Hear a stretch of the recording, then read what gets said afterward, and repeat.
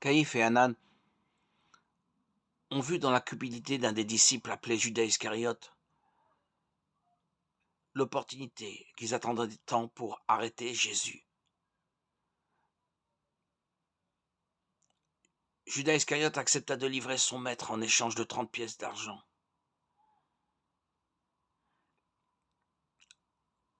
Judas conduirait Caïphe, Hanan et les soldats romains pour arrêter Jésus la nuit dans un endroit éloigné de la présence des gens qui le suivaient. Ainsi, il n'eut pas le temps pour une révolte, mais le travail des prêtres n'était pas encore terminé. Ils se rendirent au Sanhédrin, qui était le conseil juif des leaders religieux, pour justifier la condamnation de Jésus et manipuler ces hommes, afin qu'ils acceptent l'accusation portée contre le Christ. Ensuite, Caïphe se rendit chez Ponce Pilate, qui était le préfet de la Judée et représentant de l'Empire romain, dans cette région, pour accuser Jésus et demander une décision qui aboutirait à la crucifixion. Et alors, lorsque Pilate interrogea Jésus, celui-ci ne se défendit pas, et dit même quelque chose de surprenant à propos de Caïphe. Voyez ce qui est écrit dans Jean chapitre 19. Pilate lui dit: Est-ce à moi que tu me parles? Ne sais-tu pas que j'ai le pouvoir de te crucifier et que j'ai le pouvoir de te relâcher?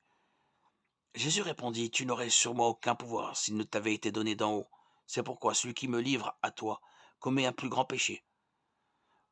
Regardez ceci, frères et sœurs. Jésus a dit que Caïphe subirait des conséquences terribles parce qu'il n'allait pas seulement à l'encontre d'un homme innocent, mais contre le Fils de Dieu lui-même.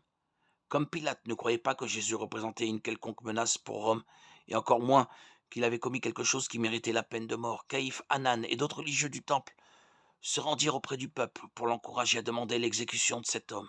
Et c'est ainsi que cela s'est produit. Pilate proposa de crucifier Barabbas, un bandit dangereux de l'époque, en échange de Jésus. Mais le peuple refusa alors. Ce Romain lava ses mains, et Jésus fut condamné, mis à mort. L'amplification de Caïphe avec Jésus ne s'arrête pas là.